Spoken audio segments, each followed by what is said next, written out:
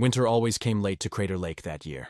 December 2020 had been too warm, the snow line retreating higher each week, the rim roads open when they should have been closed. Locals said the lake looked wrong without its crown of white, too dark, too perfect, like glass, hiding something alive underneath. The three who vanished came for the photographs.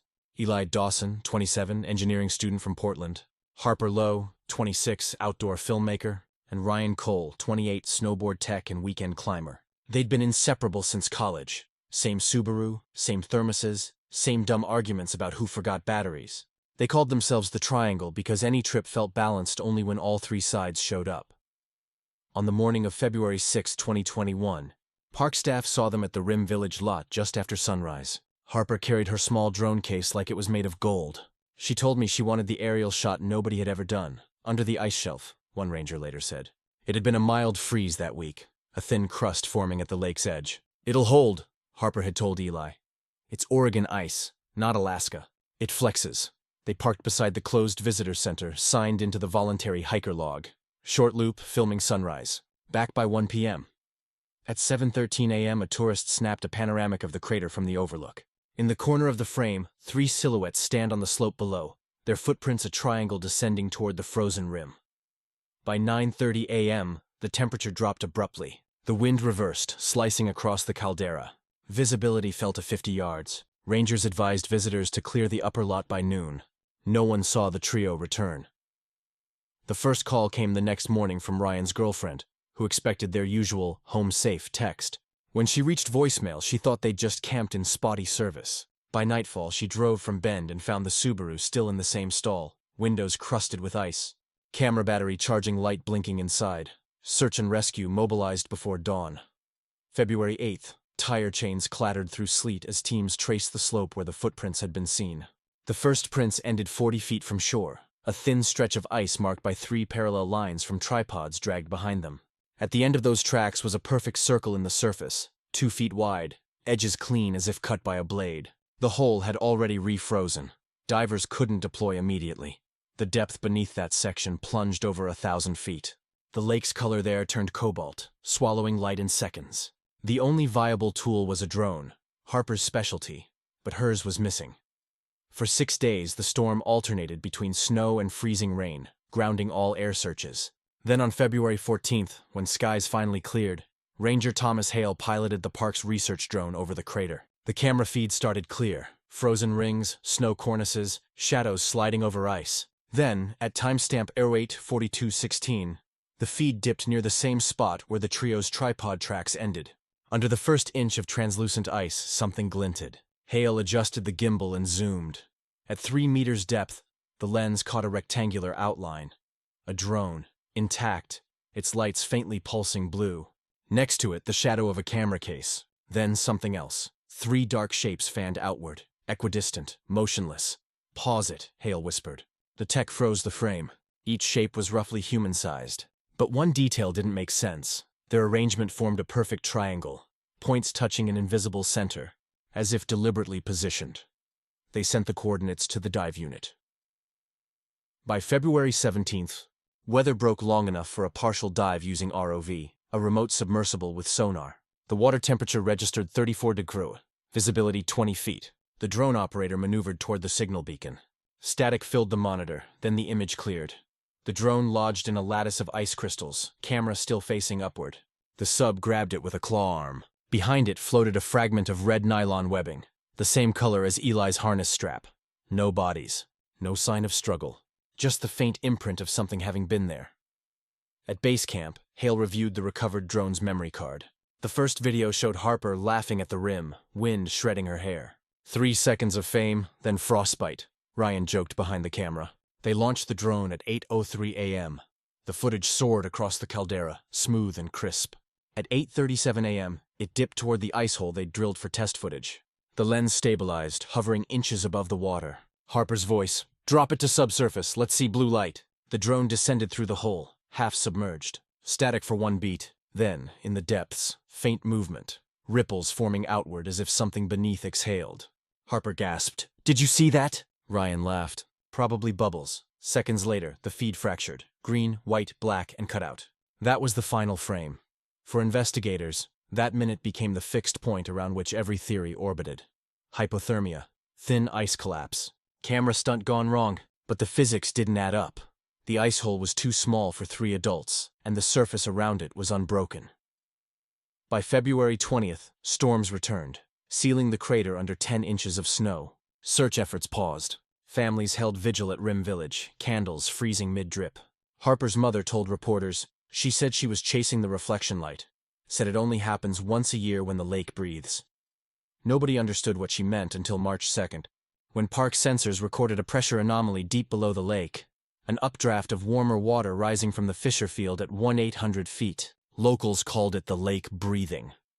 That same morning, a hiker on the west rim found a black jacket hanging from a tree branch 30 yards from the overlook. Frozen inside the pocket was Harper's Park Pass, laminated, unbent. The sleeve was soaked, as if thawed recently, then refrozen again.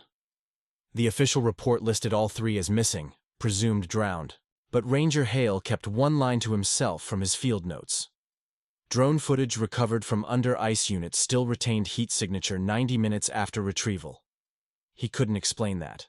Plastic and battery shouldn't hold warmth that long in sub-freezing air, but when he'd placed his palm on the casing, it felt alive. That night, Hale dreamed of a camera falling through water, light rising from below, and 3 figures drifting down like they'd found the triangle again.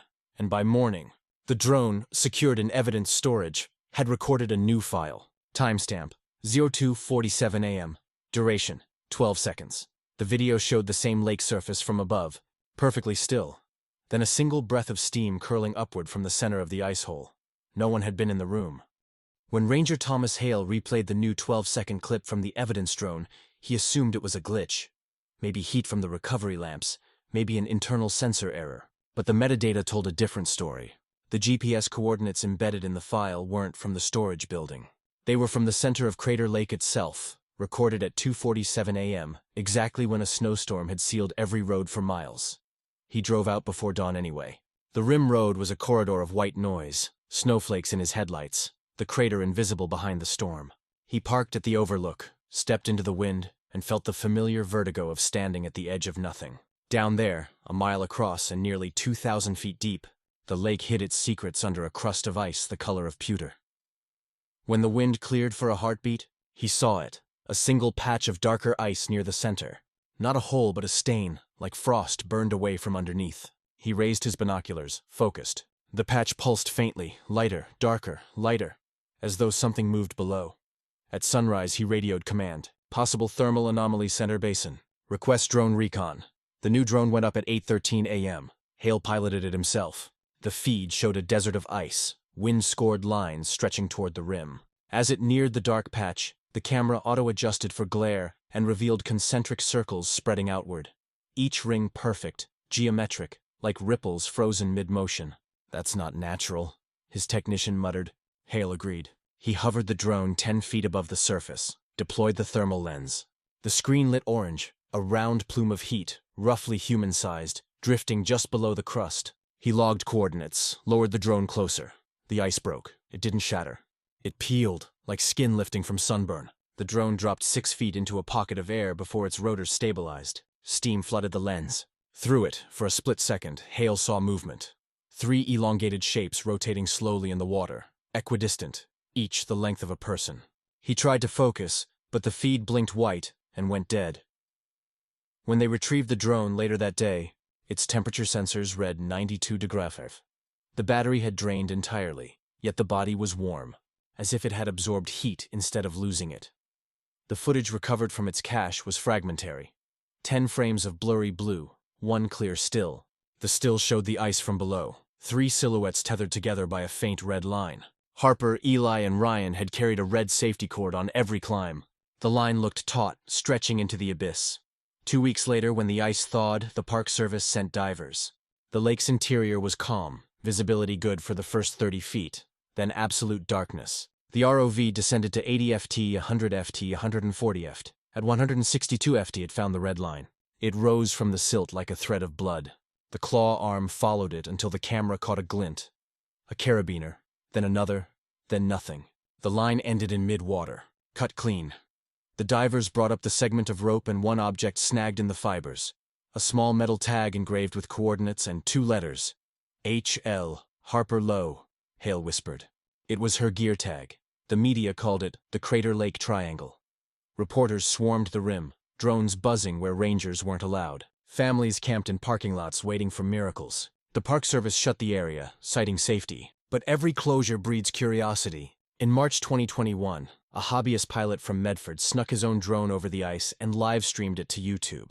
23 minutes in, his feed caught the lake's surface vibrating, tiny concentric ripples forming exactly where Hale's drone had fallen through.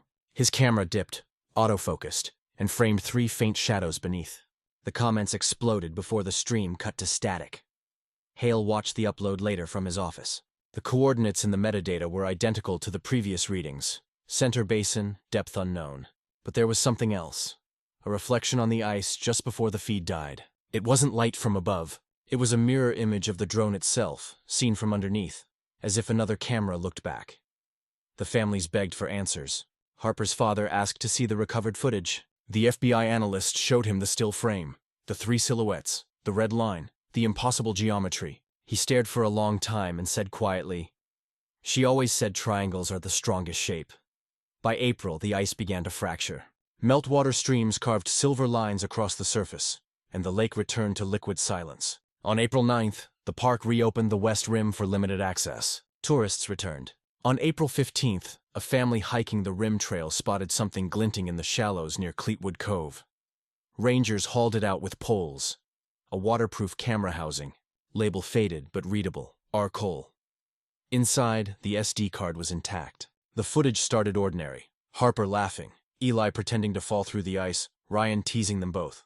The timestamp ran to 8:39 a.m., 2 minutes after the main drone feed ended. The image shook as Ryan pointed the lens toward the hole they'd cut. Water hissed, ice groaned. Then Harper's voice, "It's pulling!" A burst of static drowned her next words. The picture jumped, blurred. For half a second the lens caught something rising beneath the ice. Not light, but shape. A smooth curve, metallic sheen, wider than the hole, moving upward fast. The frame went white, then black. The file ended there. Analysts argued artifact, refraction, maybe the reflection of the drone itself. Hale watched the clip 10 times and noticed a detail no one else mentioned. A small dark figure at the far left edge, standing on the ice, unmoving, watching them. He zoomed until pixels blurred. The outline had shoulders, a hood, hands at its sides. It wasn't any of the 3. That night, Hale sat alone in the ranger dorm, the recovered drone on his desk. He powered it, though protocol said not to. The screen glowed blue, then opened directly to live view. Crater Lake under moonlight, horizon clear. He looked out the window. It was snowing. The feed was impossible. Something moved in the image. A reflection of the room behind him, then his own face leaning closer. In the display, behind his reflection, stood 3 figures, dripping, pale, eyes black from the low-light sensor. The drone shut off by itself. At dawn, he sealed it back in the evidence locker and filed for medical leave. Summer melted the rest of the ice. Fishermen returned. Tourists never noticed the faint triangular scar still visible on satellite images, a pale geometry on the water's surface that shouldn't exist. By October, the story had cooled. Then, early one morning, the park's environmental sensor network triggered an alert. Pressure spike, heat bloom, same coordinates. A maintenance drone went out automatically, its feed uploaded to the public server. For 9 seconds, the world saw what the rangers had been hiding. The lake surface domed upward like a bubble, then cracked, releasing a cloud of steam and, for an instant, the outline of 3 human shapes fused together beneath the ice. Hands linked. Then the surface sealed again. The feed ended. In his final field note before leaving the service, Hale wrote one sentence: "The lake doesn't keep the dead, it keeps the pattern." And as the first snow of 2022 fell over Crater Lake, a new hiker logged into the visitor book. Solo sunrise shoot, testing drone below ice shelf. T. Hale. When spring returned to the Cascade Range, the snowmelt poured into Crater Lake with the quiet weight of time restarting itself. The winter storms had been long and heavy. The roads reopened late. The park rangers joked that the mountain seemed to decide when it would allow people back in. Nobody noticed the name in the trail register until evening. T. Hale, Solo Drone Survey. The handwriting was neat, careful, the way Thomas Hale always wrote in his reports. He'd resigned months before. The following morning, Visitors in the lot heard the hum of a drone somewhere above the crater, even though the area was still closed to flights. The sound came and went with the wind, like a bee circling an invisible bloom. At 7:32 a.m., a tourist recorded a short phone clip, a white drone hovering over the lake's center, descending slowly until it disappeared into the mist that steamed above the water. The lake froze over only in patches now, but that day, a thin sheet of new ice spread outward from the center like frost blooming in reverse. By noon, park headquarters received a call from dispatch, an abandoned truck found at Rim Village, keys in ignition. Inside, Hale's ranger badge, his field notebook, and an evidence tag that once sealed the recovered drone from the previous year. The locker where that drone had been stored was open and empty. They replayed security footage. At 2:47 a.m., the camera caught Hale entering the building. He looked straight into the lens and smiled, then shut the door behind him. The footage cut to static exactly 12 seconds later. Search teams fanned out along the rim. The wind was calm, the sky so blue it looked artificial. Near the overlook, they found fresh boot prints leading down the slope. 2 sets, side by side, one smaller, lighter. They followed until the prints reached the snow line and stopped abruptly, the last heel mark pressed into ice that had refrozen smooth. When rangers sent a drone over the site that evening, its thermal camera showed 3 heat signatures hovering under the surface, faint and equidistant, forming another triangle. Then, as if noticing the observer, the middle signature brightened until the screen went white. The feed terminated with a single still frame. The lake from above, the reflection of 3 figures on the ice. Analysts later confirmed one silhouette matched Hale's height and build. 2 days later, the storm rolled in, the kind that seems to start directly from the water. Snow erased everything. The rangers pulled out, left only automated cameras running. On April 5th, one of those cameras caught movement near the frozen rim. A person standing at the same overlook, setting up a tripod. The timestamp read 04:05 a.m. The frame showed the outline of a man in a ranger jacket, another person beside him adjusting a drone controller. When the flash from the drone lit the scene, both faces were visible for a split second. Hale smiling and Harper Lowe next to him, hair drifting weightless as if underwater. Then the light expanded, and the image pixelated into white. That was the final transmission from the rim. A week later, when the lake thawed, a kayak team surveying shoreline debris found a waterproof camera case washed up near Cleetwood Cove. Inside was a single SD card labeled Triangle 2023. The recovered clip lasted 57 seconds. It began with a view from underwater, facing upward through ice. The surface was opaque, except for 3 round windows of clear melt. Through those circles, daylight glowed, bending into a perfect geometric shape. In the final seconds, a figure drifted into view, reaching toward the camera. The hand pressed against the lens, palm open. Across the wrist, a ranger's ID bracelet read, T. Hale, USNPS. The image froze there, water quivering around it, then faded to black. The footage's internal clock showed it had been recorded on February 6, 2024, exactly 3 years to the minute after Harper. Eli and Ryan launched their first drone. Since then, no ranger has been willing to patrol the crater after sunset. Visitors still swear that on windless mornings, the lake surface looks perfectly still until you blink. And then, just for a heartbeat, 3 faint rings appear, widening outward as if something beneath has exhaled again. In official records, the park lists all 4 as missing, presumed deceased. In the handwritten note at the bottom of the last field log, someone added one more line, written in wet ink that smeared when it dried. The lake keeps its balance. 3, then 4, then 3 again.